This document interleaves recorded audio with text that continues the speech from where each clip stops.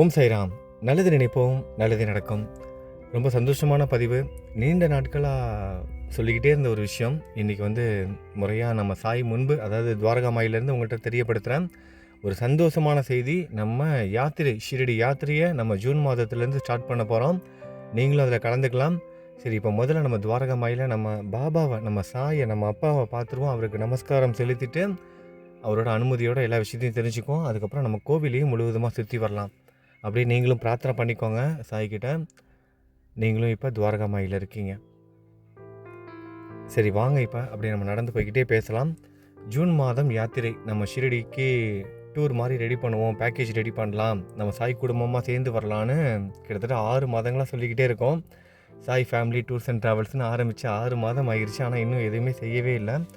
பக்தர்கள் தனியாக வரவங்களுக்கு நம்ம அரேஞ்ச்மெண்ட் பண்ணி கொடுத்துட்ருக்கோம் 6 மாதமாக. ஆனால் யூடியூப்பில் ஒரு ப்ராப்பராக ஒரு டேட் அனௌன்ஸ்மெண்ட் பண்ணி ஒரு குரூப்பாக வரலாம் அப்படின்னு நம்ம எதுவுமே அனௌன்ஸ்மெண்ட் பண்ணல. ஆனால் இந்த முறை நம்ம அதை செய்ய போகிறோம். வருகிற ஜூன் மாதம் 15ஆம் தேதி நம்ம இங்கே ஷிரடிக்கு வர மாதிரி ஒரு பிளான். நீங்கள் எந்த ஊரில் இருந்தாலும் இதில் கலந்துக்கலாம். 2 நாட்கள், ஜூன் 15, 16, 2 நாட்கள், 2 இரவுகள் இங்கே தங்கிட்டு ஜூன் 17ஆம் தேதி ஷிரடியை விட்டு கிளம்புற மாதிரி. நீங்கள் தமிழ்நாட்டில் எந்த ஊரில் இருந்தாலும் கலந்துக்கலாம். நீங்கள் சென்னையில் இருந்தாலும் வரலாம், நீங்கள் மதுரையில் இருந்தாலும் வரலாம், இல்லை நீங்கள் கோயம்புத்தூரோ இல்லை திருச்சியோ இல்லை வேறு மாவட்டங்களில் இருந்தாலும் சரி, இல்லை நீங்கள் பெங்களூரில் இருந்தாலும் இந்த யாத்திரையில் கலந்துக்கலாம். நம்ம பிளான் பண்ணுறது ஃப்ளைட்டில் தான் பிளான் பண்ணுறோம். ட்ரெயினில் வருங்காலங்களில் இன்னும் அடுத்தடுத்த ட்ரிப்பில் நம்ம ட்ரெயின்லேயும் பிளான் பண்ணுவோம். இப்போ ஃப்ளைட்டில் மட்டும்தான் இப்போ ரெடி பண்ண போகிறோம். ஜூன் மாதம் நம்ம ஏற்படுத்தியிருக்க இந்த யாத்திரை ஃப்ளைட்டில் தான். கம்ப்ளீட்டாக எல்லாமே அந்த பேக்கேஜ்லேயே வந்துடும். உங்களுக்கு தங்குற இடம், உங்களுக்கு ஏர்போர்ட்டில் இறங்கி உங்களுக்கு ஏர்போர்ட்லேருந்து கூட்டிகிட்டு போய் ரூமில் விடுற வரைக்கும், அங்கேருந்து சாமி தரிசனத்துக்கு கூட்டிகிட்டு போகிறது, அப்புறம் உங்களுக்கு கம்ப்ளீட்டாக சாப்பாடு விஷயத்துலேருந்து 3 வேளையும் நம்ம தமிழ் சாப்பாடு, சவுத் இண்டியன் சாப்பாடு, கூடவே ஒரு கைடு வந்துடுவாங்க சுற்றி காமிக்கிறதுக்கு, ஒருத்தர் உதவிக்கு இருப்பார். இது மட்டும் இல்லாமல் எல்லா விஷயமும், தர்ஷன் டிக்கெட்டும் உங்களுக்கு முன்னாடியே புக் பண்ணிடுவோம். ஜூன் 15ஆம் தேதி ஒரு முறை நம்ம பாபாவை சமாதி மந்திரில் போய் தரிசனிக்கிற அந்த டிக்கெட்டு புக் பண்ணி கொடுத்துருவோம். அதுக்கப்புறம் 16ஆம் தேதி மாலை நேரத்தில் நம்ம பாபாவோட ஆரத்தி தரிசனமும் பார்க்குற மாதிரியே இந்த பிளான் வந்துடும். அப்புறம் 17ஆம் தேதி நம்ம கிளம்புறோம்ல, அன்றைக்கும் அது விடிய காலையில் போயிட்டு நம்ம பாபாவை தரிசித்துட்டு தான் நம்ம இங்கே ஷிரடியை விட்டு கிளம்புவோம். இந்த மாதிரி தான் இந்த டூர் பேக்கேஜ் பிளான் பண்ணியிருக்கோம். கம்ப்ளீட்டாக நீண்ட நேரங்கள் கோவிலே நேரம் செலவு செய்கிற மாதிரி, துவாரகாமாயில் உட்காந்து தியானம் செய்கிற மாதிரி, ஸ்தவன மஞ்சரி படிக்கிற மாதிரி எல்லா விஷயங்களும் இதில் அடங்கும். இந்த தர்ஷன் டிக்கெட்டு, அப்புறம் ஆரத்தி டிக்கெட்டு, இது எல்லாமே நம்மளே புக் பண்ணி கொடுத்துருவோம். உங்களுக்கு ஒரு வேலையும் இருக்காது, நீங்கள் வந்தால் மட்டும் போதும். இதுக்கு ஆகிற செலவுன்னு பார்த்தீங்க அப்படின்னா, குறைந்தபட்சம் 18,000லேருந்து 22,000 வரைக்கும் வரும். ஏன்னா நீங்கள் எந்த ஊர்லேருந்து வரீங்கன்னு எனக்கு தெரியாது. நீங்கள் வர ஊர்லேருந்து இங்கே ஷிரடிக்கு வரதுக்கு எவ்வளோ ஃப்ளைட் சார்ஜுங்கிறது செக் பண்ணிட்டு தான் சொல்ல முடியும். அதனால் ஒரு அப்ராக்சிமேட்டாக குறைந்தபட்சம் 18,000லேருந்து 22,000 வரைக்கும் வரும். தங்குற இடம் முதற்கொண்டு ஹோட்டல்லாம் பார்த்திங்கன்னா நல்லா ஃபஸ்ட் கிளாஸாக இருக்கும். வரப்போகிறவங்க காண்டாக்ட் பண்ணுங்கள். வாட்ஸ்அப்பில் அந்த ஹோட்டலோட இமேஜஸ், வீடியோஸ் எல்லாமே அனுப்புகிறேன். ரூமோட வீடியோஸ்லாம் அனுப்புகிறேன்.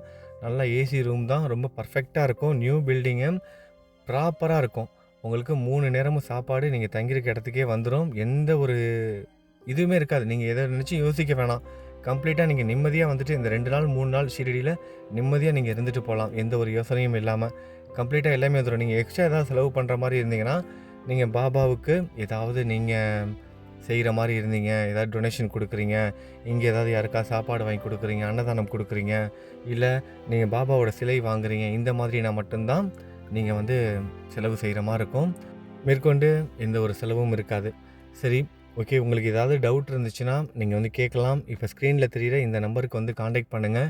வெளிநாடுகளில் இருக்கிற பக்தர்களும் இந்த யாத்திரையில் கலந்துக்கலாம். நீங்களும் கலந்துக்கணுன்னாலும் இந்த வாட்ஸ்அப் நம்பருக்கு காண்டாக்ட் பண்ணுங்கள். அப்புறம் இன்னொரு விஷயமும் கூட, வரப்போகிற நாட்களில் நம்ம ட்ரெயின்லேயும் பிளான் பண்ணுவோம். ஏன்னா எல்லா பக்தர்களாலேயும் இவ்வளோ செலவு செய்து வர முடியாது. ஃப்ளைட் சார்ஜெல்லாம் ஃப்ளைட்டில் வர முடியாதவங்களுக்கு ட்ரெயினில் நம்ம கூடிய சீக்கிரமே நம்ம சரி செய்வோம், ஏற்பாடு செய்வோம். இப்போதைக்கு ஃப்ளைட் பேக்கேஜ் மட்டும்தான் நம்ம பண்ணியிருக்கோம். இப்போ ஒரு சில பக்தர்களுக்கு வேறு ஒரு சந்தேகங்களும் இருக்கலாம்.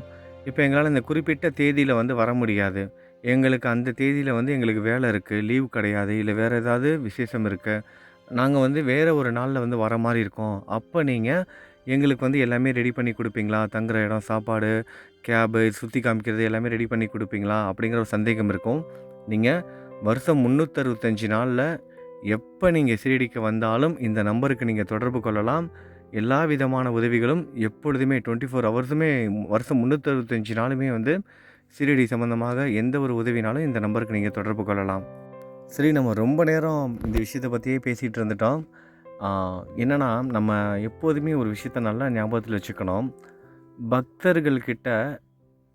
பக்தர்கிட்ட ஒரு விஷயத்த கடவுள் சொல்லி அதை செய்யுங்கன்னு சொன்னார் அப்படின்னா அதை நிச்சயமாக செஞ்சிருவார்.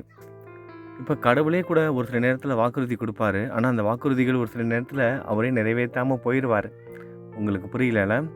இது முழுசாக கேளுங்க, உங்களுக்கு புரியும். நம்ம தாஷ்கனு அவர்கள்கிட்ட நம்ம சத்குரு சாய் வந்து ஒரு சத்தியம் வந்து செய்து கொடுத்துருக்காரு. என்னென்னா, சத்தியம் வந்து கேட்டார் இவர். தாஷ்கனு கேட்டார், அவர் செய்து கொடுத்தாரு.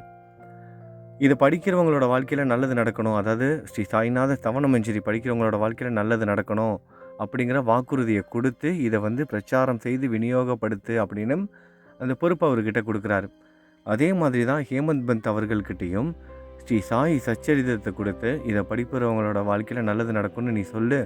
அது மட்டும் இல்லாமல் யாரெல்லாம் சாயி சாயின்னு என்னோட நாமத்தை ஜெபம் பண்ணுறாங்களோ, இறைவனோட நாமத்தை ஜெபம் பண்ணுறாங்களோ, இறைவனோட கதைகளை கேட்குறாங்களோ, இந்த சாய் சச்சரித்திர கதைகளை கேட்குறாங்களோ, அவங்களோட வாழ்க்கையில் நல்லது நடக்கும். அவங்க வாழ்க்கையில் எல்லா விஷயத்துக்கும் நான் பொறுப்பு. என்னோட தொடர்பில் இருக்க எல்லோரோட வாழ்க்கையும் நல்லபடியாக தான் அமையும்னு சொல்லு அப்படிங்கிறாரு. பாபாவோட தொடர்பில் இருக்கிறவங்களோட வாழ்க்கை நல்லபடியாக தான் அமையும் அப்படின்னு சொல்லு அப்படிங்கிறாரு. நம்ம சாயி கிருஷ்ண பரமாத்மாவோட அம்சம், கலியுக அவதாரம் ஸ்ரீ சாய். கிருஷ்ண பரமாத்மா அர்ஜுனனுக்கு சொல்கிறாரு ஒரு முறை பகவத்கீதையில், அர்ஜுனா நீ போய் சொல்லு, நீ மக்கள்கிட்ட போய் சொல்லு, என் கூட தொடர்பில் இருக்கிறவங்களோட வாழ்க்கை நாசம் ஆகாது, அவங்களுக்கு அழிவே கிடையாதுன்னு நீ போய் பறைசாற்றி சொல்லு. சாதாரணமாக கிடையாது, பறைசாற்றி சொல்லு. அந்த காலத்துலலாம் அந்த பறை அதை வந்து கழுத்தில் மாட்டிக்கிட்டு பெருசாக இருக்கும், அதை வந்து தம்பட்டம் அடித்து சொல்லுவாங்க, பறையடித்து சொல்லுவாங்க. அந்த மாதிரி நீ பறையடித்து சொல்லு, பறைசாற்றி சொல்லு அப்படிங்கிறார். அர்ஜுனன் கேட்குறாரு, இந்த பகவத்கீதையில் எல்லா ஸ்லோகத்தையும் நீங்கள் தான் சொன்னீங்க, அப்போ இதையும் நீங்களே சொல்லிட வேண்டியதானே, ஏன் இதை மட்டும் நான் சொல்லணுமா அப்படின்னு கேட்குறாரு அர்ஜுனன். அதற்கு சொல்கிறாரு கிருஷ்ண பரமாத்மா, நான் நிறைய சொல்லுவேன், நான் நிறைய சொல்லியிருக்கேன், ஆனால் நான் சொல்கிறத நானே கூட மீறிடுவேன். ஏன்னா அந்த போரில், குருஷேத்திர போரில் நான் ஆயுதமே எடுக்க மாட்டேன்னு சத்தியம் பண்ணார். ஆனால் பீஷ்மர் வரும்போது என்ன பண்ணார், தேரோட சக்கரத்தை எடுத்துக்கிட்டு கோபத்தோடு அவரை தாக்குவதற்காக போயிட்டார். அவரை அழிப்பதற்காக, அவரை பீஷ்மரை கொல்வதற்காக என்ன பண்ணுறாரு, முயற்சி செய்கிறார். அவரோட வாக்கை, ஆயுதம் எடுக்க மாட்டேன் அப்படிங்கிற வாக்கை அவரே மீறுறாரு. அதான் சொல்கிறாரு, நான் சொல்கிறத நான் கூட மீறிடுவேன், என்னோட பேச்சு நான் நிறைய சொல்லுவேன், அதெல்லாம் கூட நான் மீறிடுவேன், ஆனால் என்னோட பக்தர்களோட வாக்கை நான் என்றைக்கும் நான் பொய்யாக்க விட மாட்டேன், அதனால் நீயே சொல்லு அப்படிங்கிறாரு. பிரகலாதனும் அதே மாதிரி தான், தூணிலும் இருப்பார் துரும்பிலும் இருப்பார்னு பிரகலாதன் சொன்னார். அந்த வார்த்தையை உண்மையாக்குவதற்காகவே ஒரு தூண்லேருந்து வந்துட்டார், நரசிம்மர் அவதாரமாக வந்துட்டார். பக்தர்களோட வாக்கு என்றைக்குமே பொய்யாகாது. அந்த மாதிரி தான் இந்த பக்தர்கள் ஹேமந்த் பந்த் மற்றும் ஸ்ரீ தாஷ்கனு அவர்கள், அவங்களோட வாக்கு பொய்யாகாது. ஸ்ரீ சாய்நாத ஸ்தவன மஞ்சரியை எப்போதும் படிங்க. அதே மாதிரி சாய் சச்சரித்திர கதைகளை கேளுங்க. முக்கியமாக, அதை விட முக்கியமாக இந்த கலியுக மந்திரமான இறைவனோட நாமத்தை ஜெபம் செய்யுங்க, குருவோட நாமத்தை ஜெபம் செய்யுங்க, சத்குருவோட நாமத்தை ஜெபம் பண்ணுங்கள், உங்கள் இஷ்ட தெய்வத்தோட நாமத்தை ஜெபம் பண்ணுங்கள், உங்கள் குலதெய்வத்தோட நாமத்தை ஜெபம் பண்ணுங்கள். இது ஒன்று தான் இந்த கலியுக மந்திரம். இதை கெட்டியாக பிடிச்சிக்கோங்க. சாயோட தொடர்பில் இருக்கிறவங்களோட வாழ்க்கையில் நிச்சயமாக நல்லது தான் நடக்கும். இன்றைக்கி நம்ம சாய் குடும்பத்தில் யார் யாருக்கெல்லாம் பிறந்தநாள்னு பார்த்து அவங்களுக்கு பிறந்தநாள் வாழ்த்துக்கள் சொல்லிடலாம். நம்ம சாய் குடும்பத்தை சேர்ந்த பிரதீபன் சகோதரருக்கு 52வது பிறந்தநாள். பிரதீபன் சகோதரருக்கு நம்ம எல்லாரும் பிறந்தநாள் வாழ்த்துக்கள் சொல்லிக்கலாம். அவங்களோட உடல் ஆரோக்கியத்திற்காகவும் மன நிம்மதிக்காகவும் நம்ம எல்லாரும் பிரார்த்தனை செய்து கொள்ளலாம். அடுத்ததாக நம்ம சாய் குடும்பத்தை சேர்ந்த விவேகானந்தன் சகோதரருக்கு 55வது பிறந்தநாள். விவேகானந்தன் சகோதரருக்கும் நம்ம சாய் குடும்பத்தோட சார்பாக பிறந்தநாள் வாழ்த்துக்களும் சொல்லிக்கலாம். அவங்களோட குடும்பத்துக்காகவும் அவங்களோட உடல் ஆரோக்கியத்திற்காகவும் அவங்களோட மன நிம்மதிக்காகவும் பிரார்த்தனையும் செய்து கொள்ளலாம். இவங்க மட்டும் இல்லாமல் இன்றைக்கி நம்ம சாய் குடும்பத்தில் வேறு யாரெல்லாம் பிறந்தநாள் கொண்டாடுறாங்களோ அவங்க எல்லாருக்கும் நம்ம சாய் குடும்பத்தோட சார்பாக பிறந்த நாள் நல்வாழ்த்துக்கள். திருமண நாள் கொண்டாடும் தம்பதிகளுக்கு திருமண நாள் நல்வாழ்த்துக்கள். இவ்வளவு நேரம் இந்த பதிவை பொறுமையாக கேட்ட சாய் பக்தர்கள்ட்ட ஒரே ஒரு கோரிக்கை. நம்ம சாய் குடும்பத்தில் நிறைய சகோதர சகோதரிகள் உடல்நிலை சரியில்லாமல் இருக்காங்க. சாய் மட்டும்தான் காப்பாற்ற முடியும்னு சாயோட பாதத்தை பிடிச்சிக்கிட்டு இருக்காங்க. உடல்நிலை சரியில்லாத சகோதர சகோதரிகளுக்காகவும் இக்கட்டான நிலையில் இருக்கிற சகோதர சகோதரிகளுக்காகவும் நம்ம சாய்கிட்ட பிரார்த்தனை செய்துக்கோங்க. நம்ம சாய் குடும்பத்தில் இருக்க ஒவ்வொருத்தரோட பிரார்த்தனையும் நிச்சயமாக நிறைவேறும். நம்பிக்கையோடு இருங்க. நம்ம திரும்பவும் துவாரகா மாய்க்கே வந்துட்டோம். எல்லாமே நல்லபடியாகவே நடக்கும். நம்பிக்கையோடு இருப்போம்.